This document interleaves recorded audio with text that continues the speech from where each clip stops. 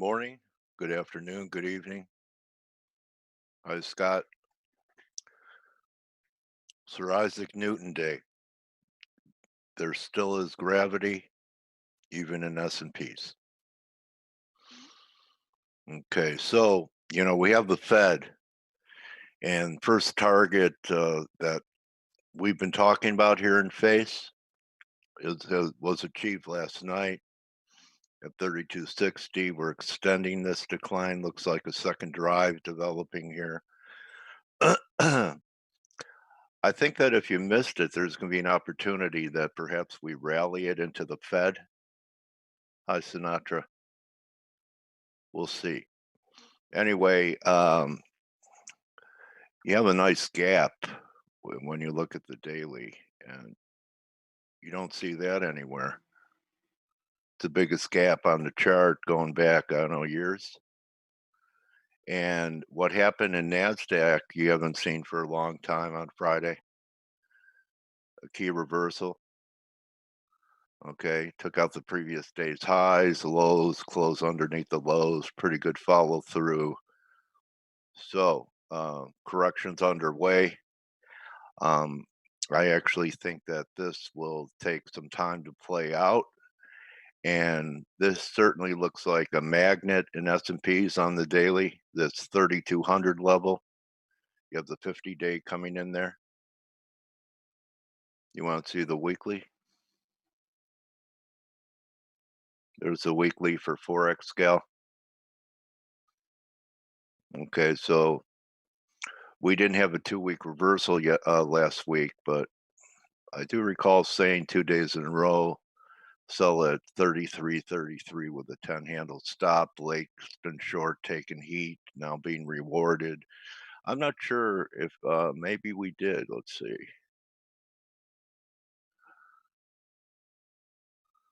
I think this is the last day, everyone, of our promo. Okay. I wouldn't be surprised if it was booked. Real nice trade. Blake was pounding the table up 1%. Andre up 1%, caught the DAX. Pretty good team here at Forex Analytics, don't you guys think? So what you hear in face is, I think, pretty priceless. And then multiply it, becoming a member and hang out with everyone in the chat room. So some nice trades working. I'll let Blake update you on what he's thinking and Steve. So anyway, you guys knew we were bearish. We were early, but even at the confluence area that Blake talked about, 33.13. Now that is now, I don't know what, 67 handles in the money now. And this is a chart to watch. I don't think any of this stuff is over.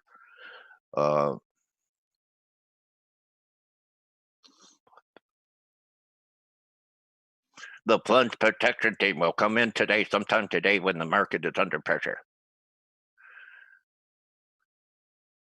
Okay, the robot. I think this is the most important chart. Hi, Glenn. That's your weekly. That's a 10-year note. The 30 broke down before the 10. Well, I think everything that started Friday, just a guess.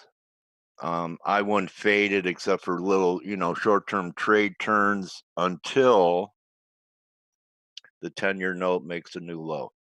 Okay, and we still have quite a bit to go. Could accelerate from here. I don't think we're showing today's action. That was Friday. So also, so until we get here, I wouldn't look to start buying the dip in S&P or shorting gold or buying the yen. I'd wait for that. And something else that manifested was this TLT. Remember, I was talking about all the compression that was being built up here. My bias was to the upside. We have an upside breakout. And I do think we're going to make a new high here as well. So, you if you didn't catch it, last week doesn't mean that you're late. I mean, your entry, you want to finesse. I don't think you want to chase anything today. But between here and here, there's lots of room. And between here and here, there's lots of room. So look to sell rips in yen. That was something else that I don't think anyone that's been listening to us got caught the wrong way on this false breakout. Okay. So even if you didn't sell it up here, back under 70 was a reason that there are problems. So, maybe we'll get a pop into the Fed. Be nice to see 109.70 one more time, but who knows? Anyway, guys, if you haven't yet, something that you need to do. I have Jay Vala with us later on today. He talks about layup trades. I don't know. Yeah, there's sometimes that they're easy and you have immediate gratification, but we'll see what a layup trade is. What happens when the layup trade, the shot is blocked. That's what I want to know. So let's have a great week, everyone. Who's up for a great week? In fact, I wouldn't doubt that you already have a great week with what happened last night if you came in position on that narrative. So one other point I want to make as a coach, when you have windfall profits, sometimes you get sloppy because you hear this message in your head, oh, it's the house's money, right? So you go, oh yeah, it's only the house's money. You know what? It's not the house's money anymore. It's yours, and protect it. Okay, everyone. I'm going to bring Blake in, see what he's doing with this. I know we talked about the coronavirus in the week ahead video, and this was all within your expectations, buddy. Yeah. Hey, Dale. Hey, buddy. Good morning. Happy Morning. Monday. Yeah. Yeah. So, what you were talking about, the patterns in play. I got a little cutesy with the S&P as I adjusted the stops too close. I didn't expect last week for a 30-point S&P bounce before we rolled over. No. But I've been short the S&P since myself personally since like 32.89.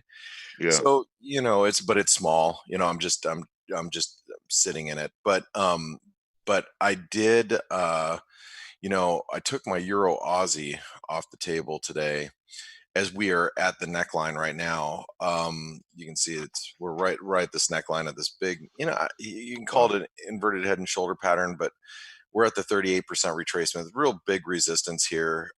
I think we can continue to go higher, especially with the nature of the reason why it's moving higher is obviously the coronavirus and risk aversion, and I think the Aussie is going to continue to trade weak. I took it off though this morning at 82 as we were up against this neckline, and I do expect it to break out. But what I'm hoping for is I'm hoping for a little pullback first before we break out. But I may not get it. It just may just rip right through this resistance, and we might be trading.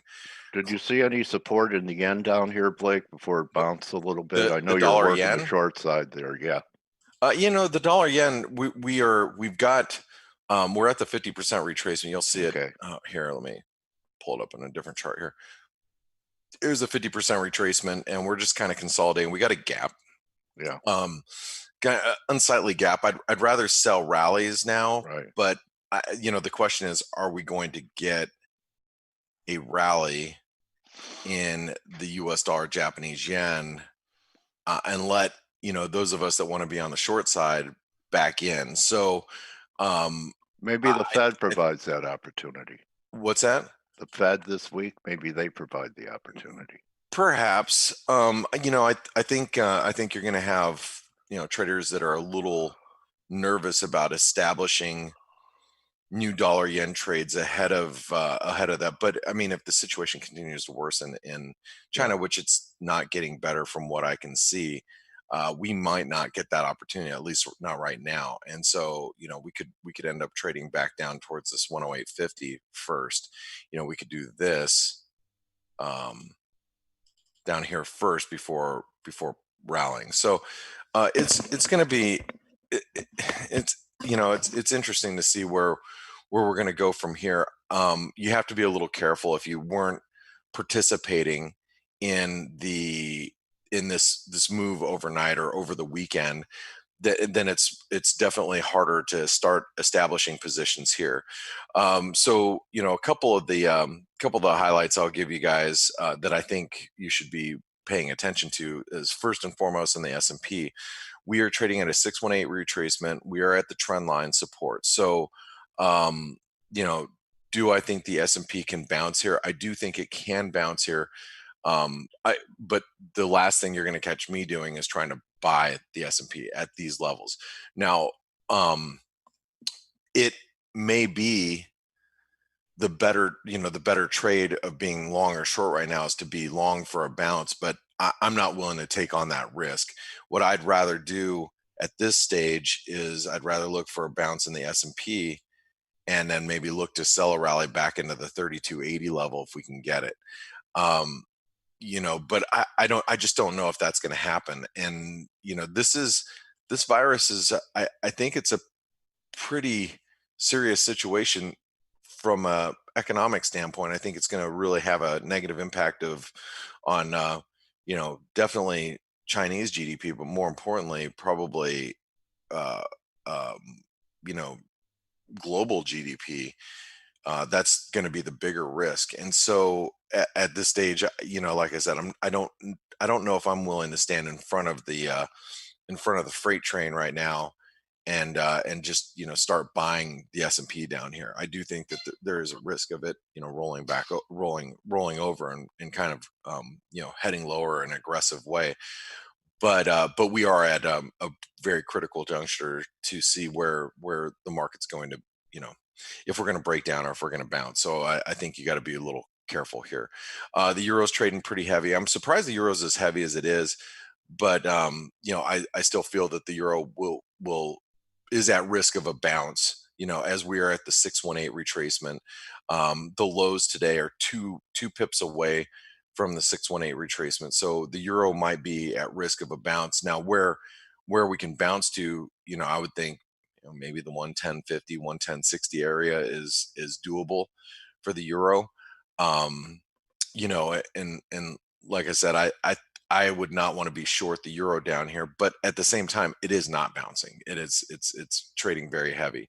The cable's kind of doing its own thing. If you look at the Aussie is getting really close to like this horizontal support down here.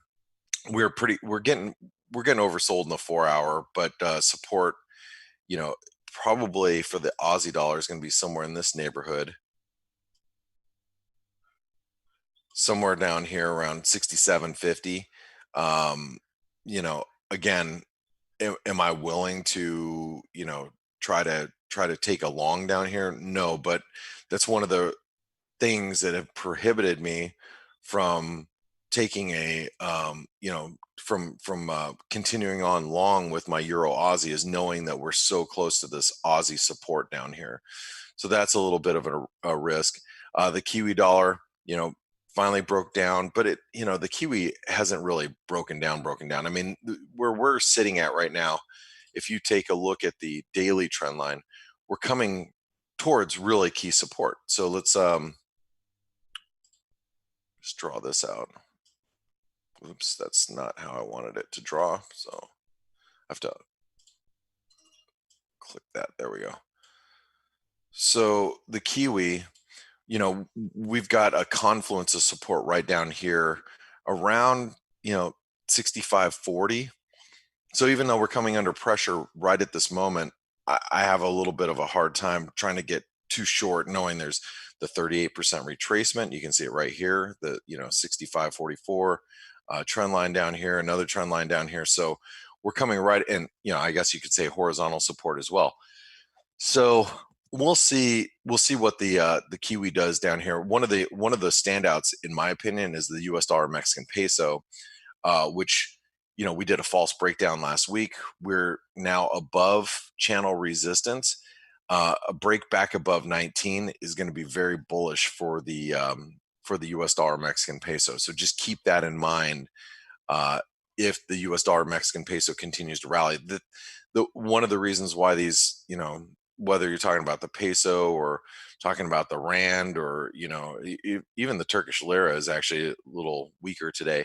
They tend to rally during periods of risk aversion. So we're getting that, reversal in the dollar Mexican peso, and I think above 19 is going to be really quite bullish. I wouldn't want to be on the short side of this. So let me just say that right now. And I know the attraction of buying pesos, being short dollar Mexican peso because of the carry trade is very, it's very lucrative. But a carry trade unwind is just going to lead to a much bigger reversal here in the dollar Mexican peso. I was talking to a friend of mine who lives part time in Mexico, and she's a really good friend of mine's mom. She just sold her and her husband just sold her business, and she had asked me, hey, should I be converting this back over to pesos right now because it's been a little stronger? I'm like, you got to be. And I told her this weekend, I'm like, you have to be a little careful because if this coronavirus ends up being a little bit more serious than the market expects, we could see further Mexican peso weakness before strength. So in other words, we could see a move back up towards 1950 before we head back down. So you just have to really monitor the situation. It's very fluid, and for them it could mean a lot of money based on what their business was sold for. So I just kind of when they contacted me over the weekend, I'm like, yeah, you got to be careful that the peso may weaken here. You might want to keep it in dollars for now because they want to convert back over to pesos. So anyway, but like I said, the dollar Mexican peso at 19 is going to be pretty important as far as I'm concerned. Now, we talked a little bit about the yen. The dollar yen. This is broken. I actually want to sell dollar yen on rallies now. What I'd like to see is I'd like to see a rally back towards 109.20, 109.30, somewhere up in this neighborhood. The real question is, are we even going to get it? Is it even possible that we get a rally back up towards those levels? Everybody expects a gap fill. I mean, we will fill that gap at some point. But it doesn't have to be today, and it doesn't have to be tomorrow either. We could, it could end up being a month later before we fill this gap, or longer. So don't get all caught up in the idea that it's going to be just a quick gap fill. Oh, we didn't talk about the loonie, but I should talk about the loonie. So this reversal back into the this triangle, this should lead the dollar Canadian much higher. Okay, so I think the dollar Canadian trades much higher now.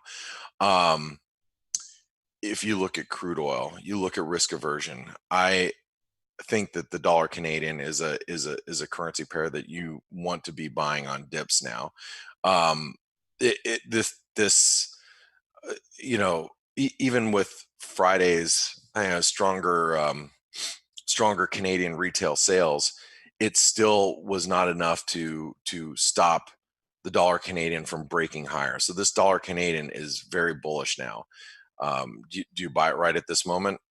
I don't know, but I would be probably buying dips. While it's above 131, I don't think you want to be on the short side now. So, as long as we trade above 131, it looks like we're going to continue to grind higher. I played the Euro Canadian on the long side over the weekend, and I took my profits already right around where we're currently at. You can see this Euro Canadian because I believe that there's going to be a bigger euro squeeze. So I think that the Euro Canadian is a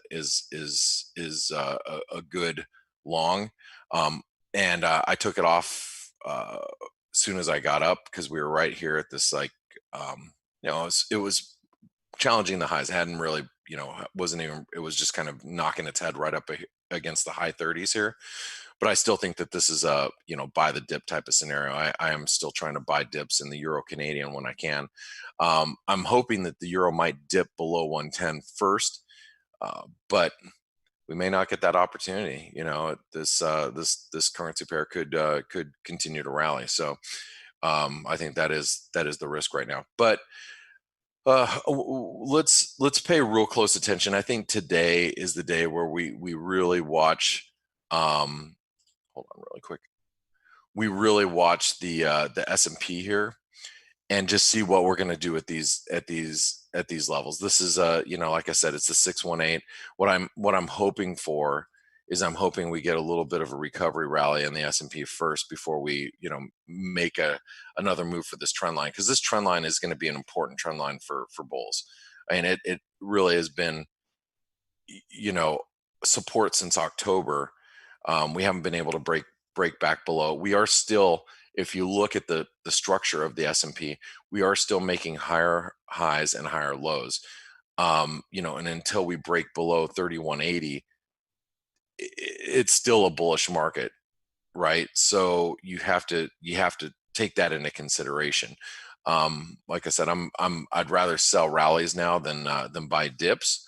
But for those of you that are maybe a little bit more adventurous than myself, you might be buying the dip here and thinking, hey, we're past the worst of this. It's going to get better from here. If that's your attitude, then that's fine.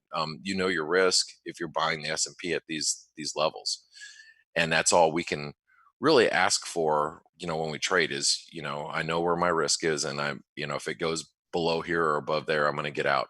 So in the S&P's case, I probably wouldn't risk below today's lows. Below today's lows should really open up, move below 3,200 now. So that's kind of what I'm staring at and looking at with the market. I'm a little indifferent about the euro, but I know that the euro is right at the 618 retracement, and like I said, risk aversion.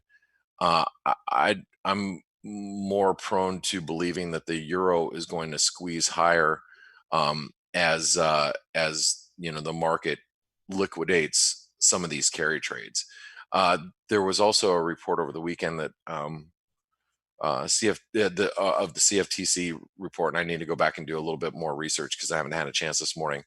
That the shorts are speculative shorts for the euro are at the most aggressive levels in months. So I'm going to go back and do a little bit of research on that. So we'll see. But what I'd like to hear from is I'd like to hear from Stelios and Steve and see if they've got any opinions about where we're currently trading in the markets and what they're thinking. So good morning, guys. Good morning, Blake. Good morning, Steve. How you doing? I'm good. How have you been? I'm good. I'm just I'm just sitting here trying to figure out what the heck I really want to do this morning after this move. This move was really expected in the S&P. We had that big confluence, the 161% extension, the multiple 161% extensions of that really took us to where we're at. But I'm kind of questioning what I should be doing at these levels. What do you think? I'm with you. I think in the short term, selling any rebound, I'm still holding my full short position, but I'm looking to offload it. No, I'm actually looking to offload part of it at 3180. So I think in the short term, sell the rally makes sense. But as I was writing earlier in the chat room, I'm a little bit skeptical about if this can actually be the beginning of something bigger, because I don't like the fact that it's very, very much event driven on something that isn't directly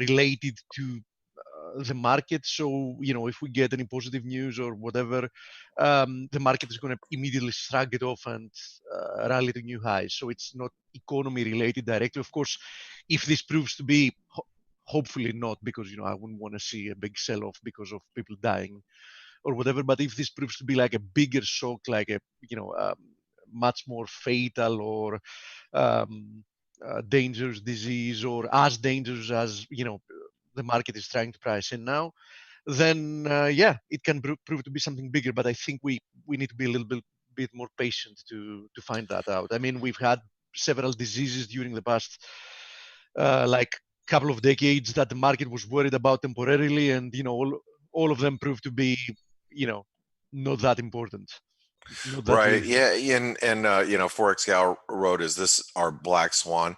It could be, but let's hope not. And that's the one message I tried to get across to our chat room on Friday afternoon. I'm like, everybody's been waiting for this black swan event, and I hope this is not it, because this really is, this is, at the cost of human lives. And Not Yeah. to worry, Blake. Bill Maher, I know you probably don't watch him. yeah, do of you? course. You do?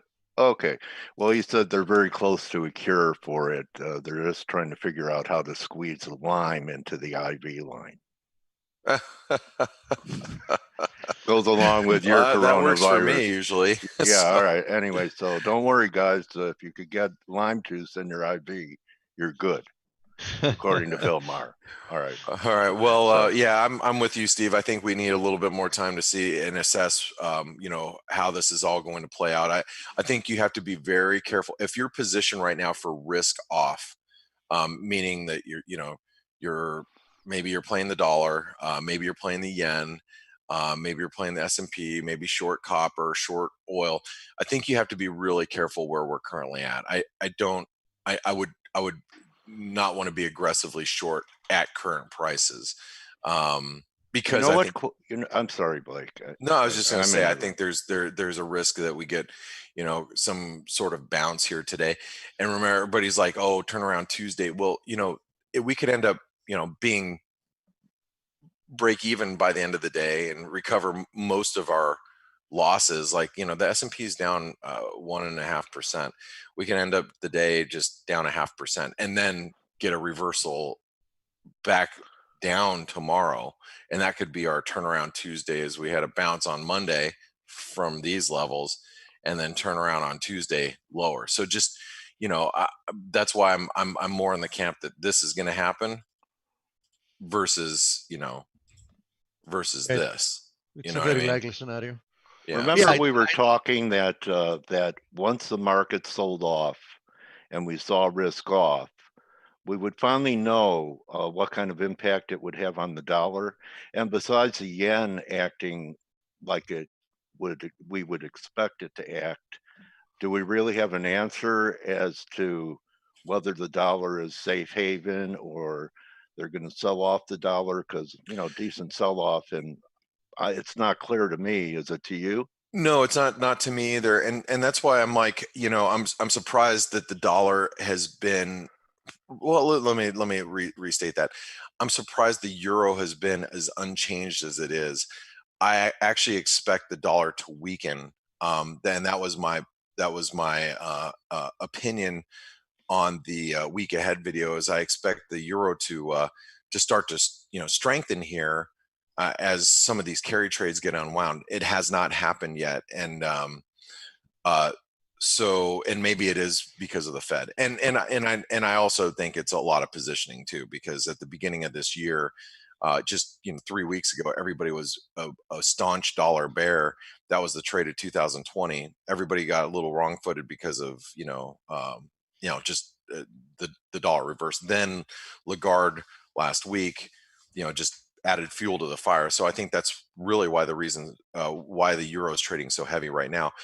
But I think we might have to wait for the Fed to see any definitive direction in the dollar.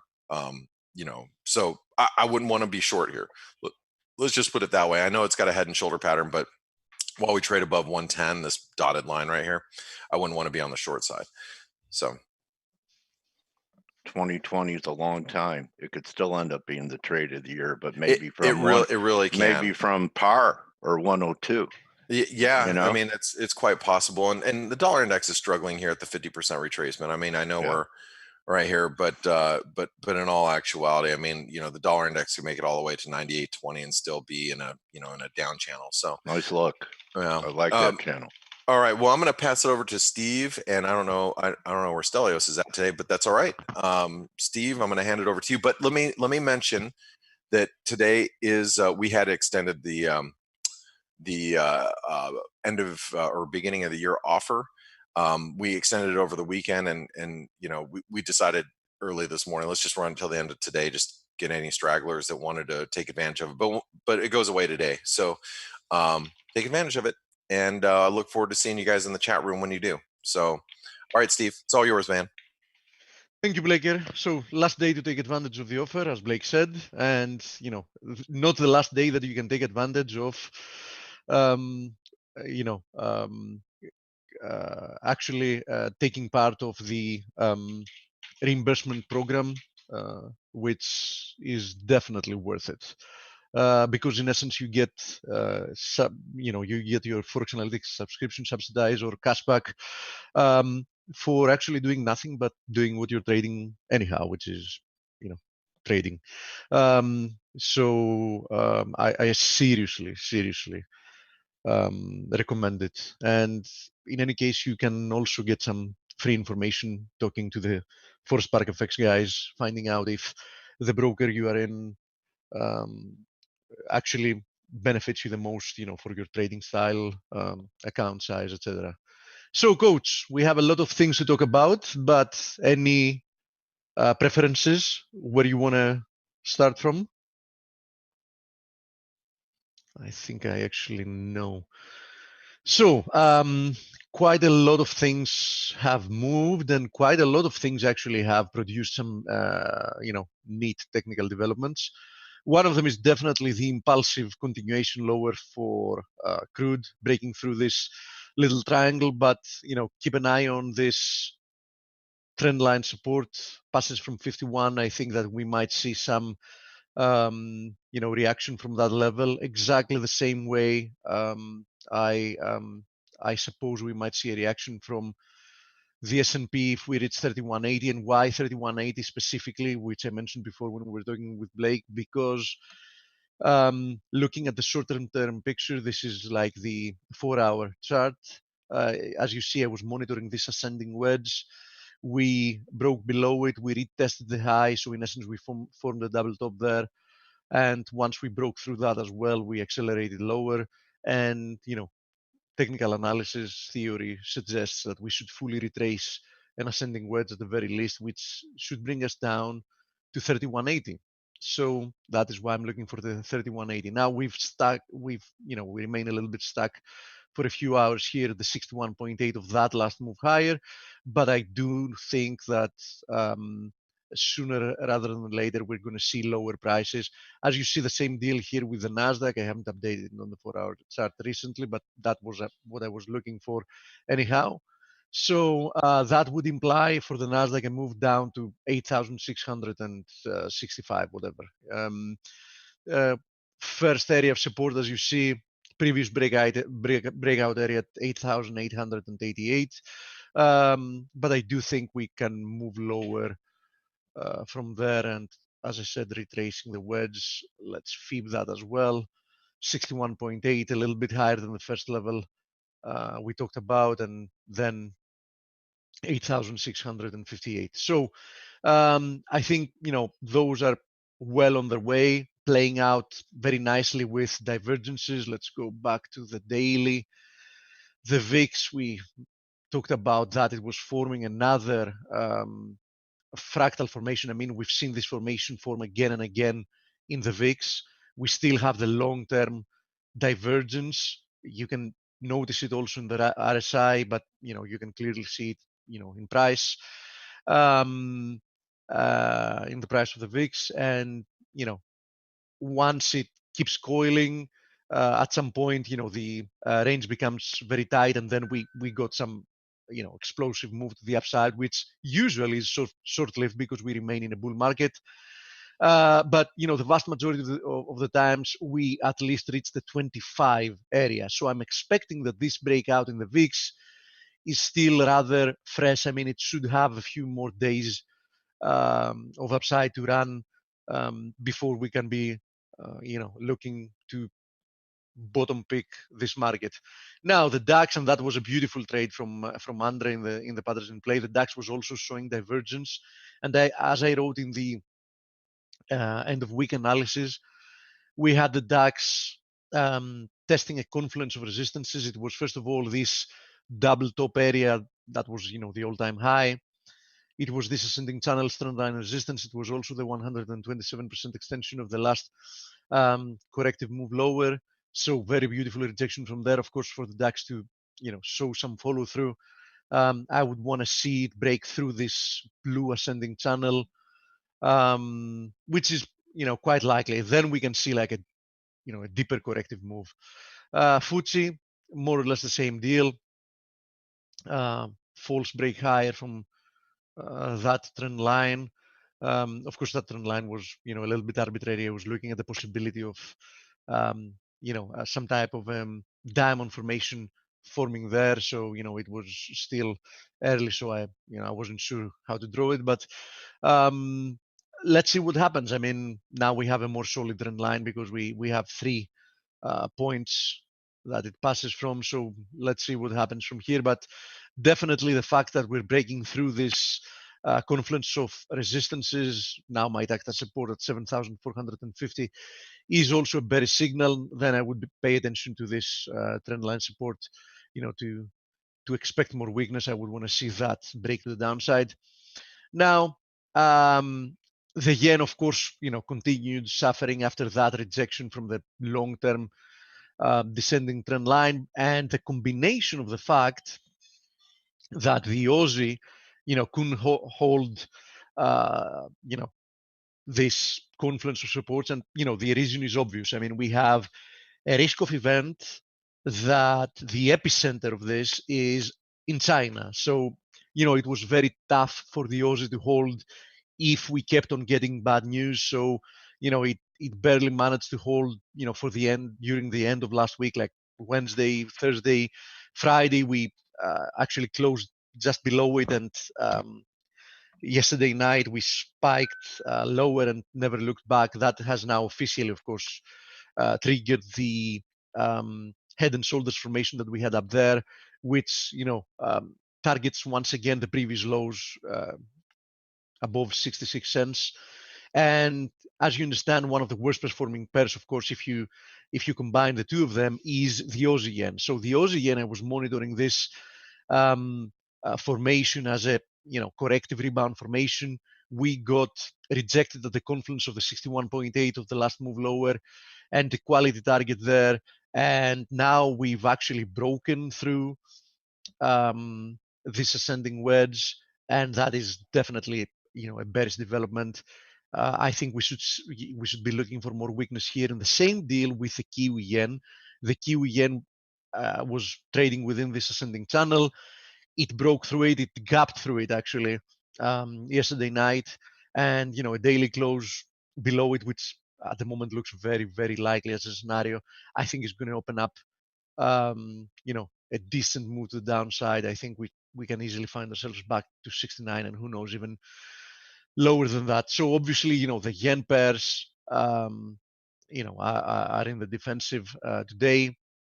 Even if you have a look at the euro yen, that also is breaking below an ascending channel. I also think this move was corrective. I mean, it did look corrective. It had all the corrective characteristics. RSI was diverging since this second high we had there. Then we had another, 2-3 highs, and that's it. Now it failed. If it closes below this channel, which looks quite likely, I think that euro yen can keep pushing lower in the days ahead. And the pound yen is the only of those majors against the yen that hasn't yet broken down from this ascending channel. But if the risk of mood continues, I don't think that pound yen can escape the same fate, breaking down from there. Of course, somebody wants to short weakness, so that you don't want to short strength. So obviously, by seeing all that, the rest of the yen pairs are preferable to short than pound yen. I mean, it's the only one that hasn't done the move yet, so it might continue to overperform the rest. Last but not least, the CAD yen, also one that was interesting. Same deal here as you saw with the Kiwi yen and the euro yen, which means it was holding this ascending channel until it gapped lower. yesterday night at the open. Let's see if we can confirm a daily close below it. I think we can be looking for more weakness in the days ahead for the CAD yen. So the vast majority of the yen pairs have started producing interesting developments. Having said that, another proxy for risk, the Euro Swiss, still pushing lower. We're now at levels we haven't seen since April 2017, and below 1062, we're going to be getting to levels we haven't seen since 2015, right? So now, as I was saying last week, I know that it's not easy to fight the S&B because we know that the S&B is going to defend this pair. I mean, they haven't even tried hiding the fact that they're always intervening in the FX market. So I know it's not tough to be short this pair because at any given point you can blink and find it like 100, 200 pips higher. But unless they do something dramatic about it, the next downside target is the 161.8 of the last rebound, which comes at 165, 1065. I think we're gonna make it there at the very least. Now let me open the question box and see what you're looking for. Good morning to all. Your USD, yeah, Blake covered that. ForexGirl. What has coronavirus to do with the Aussie? The Aussie has to do with the fact that the Australian economy is very, very closely related to the performance of the Chinese economy. So it has to do with that. I mean, we already know that China is the epicenter of the coronavirus, and a slowing of the Chinese economy, if this issue persists, is definitely going to affect the Australian economy. So, combine that with the fact that Australia has been burning to crisp for the past 3 weeks. So, another big event that has been hitting the Australian economy. And I've said it before, please don't listen to BS of the kind that big distraction like an earthquake or a typhoon or hurricane or a big fire is good for GDP growth, because it's horrible for GDP growth. Yes, temporarily you're going to boost GDP by fixing some of the damage that is done, so that is going to show up in the short term in the GDP. But it's basic economics. Of course, the vast majority of the people on TV don't understand basic economics because they've drank the Keynesian, not Keynesian actually, because Keynes wasn't stupid, the meta-Keynesian Kool-Aid. So yes, you might boost temporarily GDP by fixing some of the damages, but that doesn't actually boost economic performance. The only thing you're doing is you're spending resources to restore what you already had, and you're doing that by incurring debt, etc. So in the long run, having factors of production destroyed and having to replace them is never a good thing, right? It's always a bad thing, always, no exception to that, because the same kind of government spending you could do to get yourself something you didn't have. So if you are to go into debt, you'll better go into debt by putting more resources in the economy, in production, and not having previous existing resources being destroyed so you can replace them. Black Swan, as I said, it's too early to call that. We have a question about copper, and I have no idea how I forgot to mention it, because yes, copper is one of the important developments, and the reason is that it has now broken through this ascending channel, which means that you should expect more weakness from copper. I mean, this rebound anyhow wasn't impulsive in nature. The move lower, though, seems to be impulsive in nature. I mean, we've had during the past, 2, 4, 6, like 8 trading days, almost 10% of the price of copper being saved off. So I would expect that copper should remain in the defensive, at least in the short term. Now, watch this area as support, but I think, any rebound should be sold following that. At the same time, of course, other metals are suffering. For example, palladium. If you remember, I kept saying again and again that keep in mind palladium is going to be a risk proxy, and don't think that we cannot have gold going up and palladium going down at the same time. And I was saying that to advocate that, listen, gold has a bull flag, and the fact that I'm expecting gold and silver to move higher doesn't mean that I don't like my short palladium thesis. Actually, I'm still short palladium. I'm now, quite nicely in the money. My cost average is at 24.25, and I'm expecting more weakness to follow from here. So I think that as long as we have risk of, palladium should underperform, especially the other metals, no question about it. Here's the palladium. Maybe back to that throwover, Steve, on the palladium chart that you had up there. No, that's not it. Give me a second. I'm looking for the palladium gold. Is this it? No, that's. We'll build it. So XPT USD. Build it and they will come. Yes, exactly. So here is XP. Whoop, my mistake. XPD USD. Okay, there it is. So here is the palladium gold.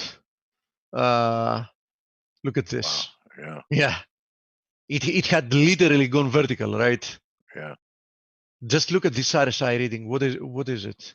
100. Above 90. Yeah, whatever. Yeah.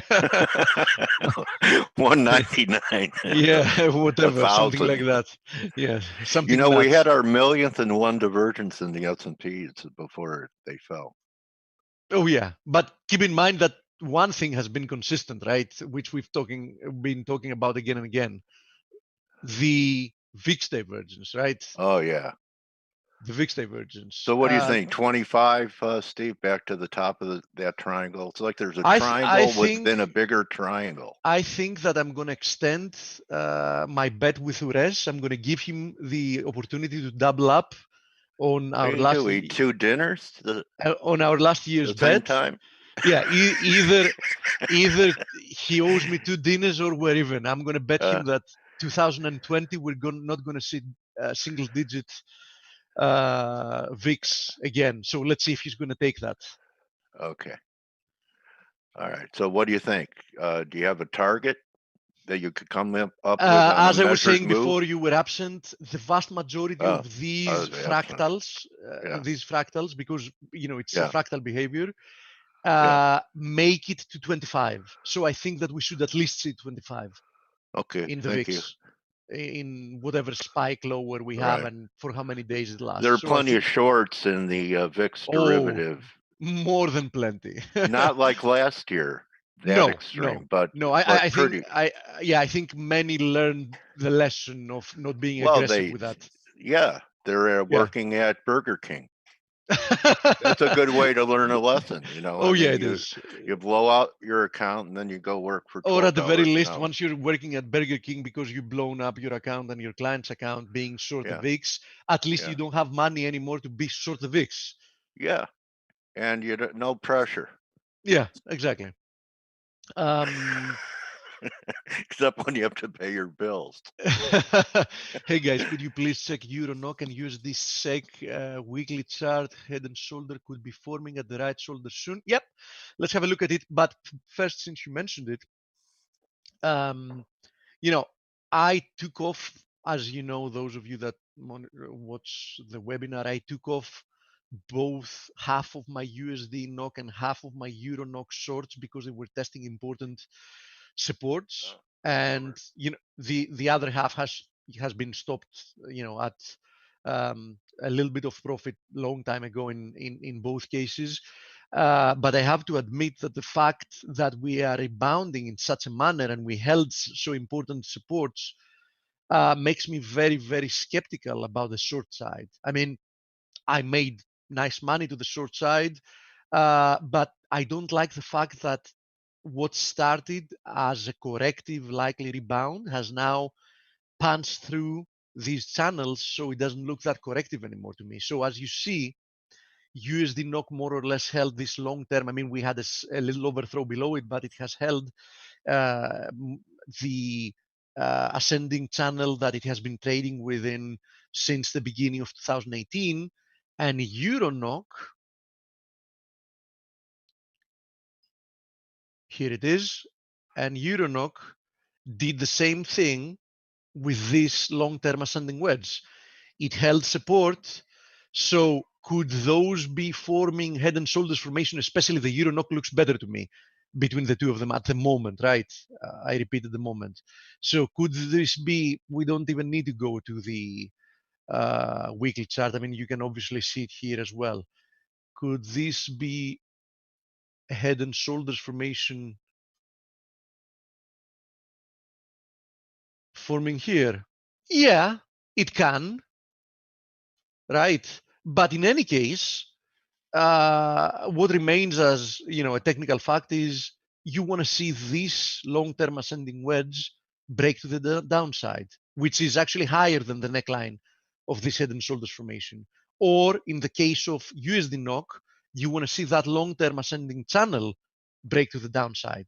So head and shoulders or not, we definitely do have important technical indicators in the form of those two trend lines that will tell us if this can prove to be, a rebound at the very beginning of like a bear market, or the bull market is still holding up quite nicely. So that's what I think about Euro NOK and USD NOK. And you also mentioned USD SEK, so let's have a look at it.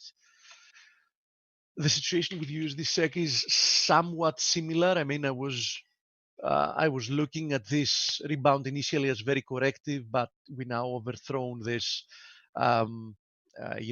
retest of the head and shoulders neckline, because don't forget that we already had a neckline and the head and shoulders formation in USD SEK. Actually, we had two formations at the same time. We had this ascending wedge, which broke the downside, but we also had this head and shoulders formation, which is now invalidated because it never reached the target. The target was down there at 910.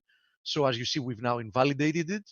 Of course, somebody can say, and you'll be right, that we haven't invalidated yet the breakout from this ascending wedge because we're still trading below it. That's Now, what I would say. yeah, admittedly, between those three, meaning the Euro NOK, the USD NOK, and the USD SEK, the USD SEK does look the weakest. So if you're looking to be short one of those three, just by looking at this chart, I would have to say that you have to go with the USD SEK. The next upside is trade selections, everything, right, man? Yeah, absolutely. By the way, your microphone. Oh yeah, isn't that up. why Yeah. we spend time analyzing and screening to find out and diagnose what is the laggard, what is the leader, what's showing relative strength, what's showing relative weakness, Exactly. for our preferred longs and shorts. Exactly, because in my opinion, something simple that even a chimpanzee can do, and actually I can argue that a chimpanzee probably can do it better than the average human amateur trader, because the chimpanzee would approach it with a lot less sentiment and clear psychology than the average human has. There are two things that you can very, very easily do in trading. Now, assuming that you can get your psychology in check. That's why it's important, keeping a trading journal, putting down your thoughts, because once you do that, you can detach yourself more from a trade. Once you have formulated an actual plan, that means that then you can more easily see it come into fruition without trying to intervene every now and then. Because if you go in a trade without having a good plan, or by having a very abstract plan, it's very easy to keep changing the rules. Now, if you have the rules put in place since the beginning, you are much more disciplined in handling that. So what a chimpanzee can do even a chimpanzee can do are two things. First of all, make sure that you enter a trade that has the proper risk-reward ratio. I mean, this is simple mathematics that you learn in elementary school. And the second thing you can do is that at least make sure that the two pairs you decided to trade one against the other are a decent choice, having to do with what Dale just said. Meaning, why try to be short a strong currency against a strong currency? It's more of a coin toss, right? Why try to be short a weak currency against a weak currency? Same deal. Why try to be long a weak currency against a weak currency? Same deal. Why try to be long a strong currency against a strong currency? Same deal. I mean, you want to find something that is clearly overperforming, pair it up with something that is clearly underperforming. Make sure that there is also some nice technical formation in place that can give you, a decent risk-reward ratio and, some non-arbitrary targets, and follow that, right, coach? You're a natural teacher. I don't know about that, but I try to. You are. Yeah. So I also want to let you know, Steve, that our guest today had a family emergency. So Oh, sorry to hear that. you can go. There's no time on it. I am getting a question. I don't have the link. Onafad Ridwan said, I joined late and missed some part. And I get this question all the time. Is there a video available for download? So maybe you could post or show people that if they miss it, don't worry about it. We know that people miss things. You have two options about that. One, you can go to YouTube, search for Forex Analytics, right? Oops, sorry. And you'll find our channel, which already has more than 2,000 videos. Congrats, coach. You are responsible for many of them. I think I've done about 600 interviews or so. We're coming up on the 3-year anniversary in April. In April, yes. In April, we'll have completed 3 years. Yes, that is correct. Where's the party again? Assuming that it's roughly, what is it? It should be close to 250, I guess, per year. Yeah, something like that. Definitely more than 200. Yeah. Oh yeah. Yeah. Probably more like 5, 6, something like that. Yeah. So you can find them here in playlists and categories, but you also have the alternative. If you go to Forex Analytics, to the Forex Analytics website, there's a link here called webinars, and up here in the tabs you can find videos in chronological order, or you can simply go also to playlists, which you're going to find the videos in playlists. You can also find here the scheduled videos for the days ahead, okay, and past interviews. We should put together a package of like the 25 best interviews in the last 3 years. That's actually a good idea, coach. Yeah. Okay. All right. So let me go through. Yeah, Aussie, Kiwi, I covered those. I'm very negative on sterling. I'm position short cable target 127.50 and long euro pound. What do you think? Okay, what do I think? I think that being short the cable here is a dangerous thesis. Not that it can't work out. It can work out just fine. But I see no risk reward being short the cable as long as it trades, let's say, above 129. Okay, because you are targeting 127.50, right? Which I agree with you. 127.50 is going to be tested as long as we break through 129. Okay, so I don't know what your risk reward is here. If your risk reward is, let's say, above this spike high that we had on Friday, okay. I mean, it's a very manageable risk reward ratio and it's fine. Now, if you have like a 1-to-1 risk reward ratio with 127 being the target, I think this is a less than 50% probability trade. So I will be very careful about it. You can also see here that we have a series of higher lows, right? Until we can break through this series of higher lows, the path of least resistance remains to the upside. as I said, it can go either way. But from a risk reward perspective, against 129, being long makes more sense. Personally, I'm not touching it because I mean it's still consolidating, it's coiling, so no reason to to try to trade it at the moment. As I said, what you're looking for 127.50 is going to be a very, very good bet once we slice through 129. But until that happens, I'm very skeptical about it. Now, having to do with your long position in euro pound, which is a totally different story because this has clearly to do with over or under performance of the euro against the pound. You can easily see more upside as long as we see this channel breaking. Now, against Friday's low, it makes sense being long the euro pound here, and I like it more than the short pound position because we tested the 61.8, we held it, and if we end up breaking through this channel, I think we can see quite a nice follow through to the upside to complete something like a bigger correction. So I have to say that between the two positions, I personally like the euro pound more. Now, as we speak, I wouldn't open a position in either of them. But for example, I would much more easily buy euro pound on a breakout from this channel.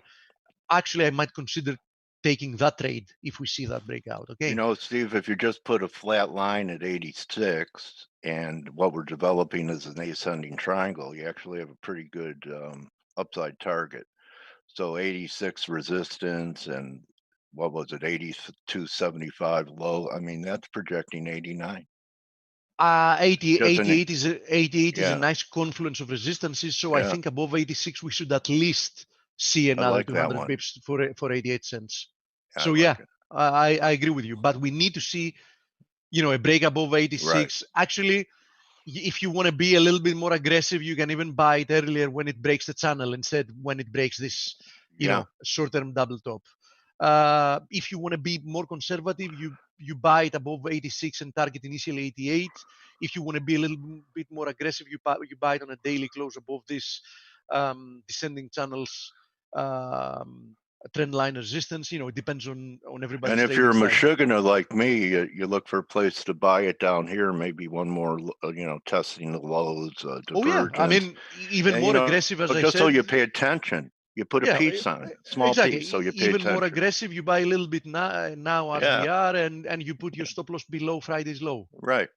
I mean, less chance of that playing out, but if it plays out, you will have a very good entry point for at least part of it. Then you can add a little bit more once it breaks through the channel, and then you can add a little bit more once it breaks through 86. Then you can have, like, let's say, a cost average position, let's say at 85 and change, and you have a very nice trade to manage. Much easier to add when you have a lead. Oh yeah, absolutely. Psychologically, anyway. It is because you get your cost average.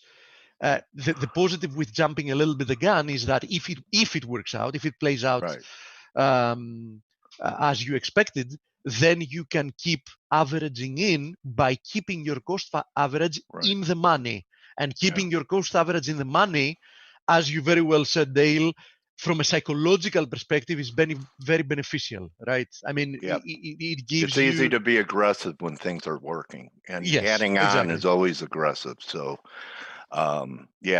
good coaching today, Steve. You're coach, and I'm Steve. Forrest Gales, no interview today. JM had a family emergency with his father, but a great interview tomorrow for everyone who follows Commitment of Traders reports. Leo Hermosa contacted me about a month or two ago. He's got a new tool that he's going to probably demo and show how he could make it easier for you to filter through CLT stuff. So that sounds interesting. Be great. Actually, I'm actually going to make Leo? sure I don't. Yes, I'm actually going to have make sure I don't have a meeting. I wanna watch that. Okay. All right. So everyone, I want to see if he has actually found indeed a nice way to make use of the data. You know what I mean? Yeah, he sounded very excited about it. So okay, I want to see it. Yeah. Coach, one I'm- last thing. We had a question okay. about Platinum. I showed last week that we got rejected from this ascending channels trendline resistance. We're pulling back, but keep in mind that we're still trading comfortably above the long-term descending trendline resistance. So bottom line, what I'm saying here is that we might see more weakness, but I wouldn't be aggressive in selling Platinum because this might be just corrective. Okay, so watch 950 as an area of support. We're actually testing soft support as we speak. If this doesn't hold, watch 950 as the next area of support.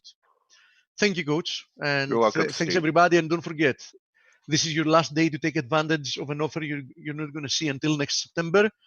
The markets has started looking like it's becoming more interesting, and I can tell you as a fact that our patterns in play perform even better when the market is volatile. Makes sense, of course, that that applies to everything. I mean, more volatile market, more clear patterns, better performance. I think this is a golden opportunity for you to join us. Thanks, Coach. You're welcome, Steve. And if you had a great week last night and things came in your way, don't forget, don't just count your pips, count your blessings. Adios, everyone. We'll see you for Turnaround Tuesday. Good hunting. And thank you, everyone who signed up and has become part of our family, our trading community. I'm a big believer in communities. We commune ideas with each other in the chat room. It's a mastermind group, in my opinion. I'll see everyone tomorrow. Enjoy. Adios.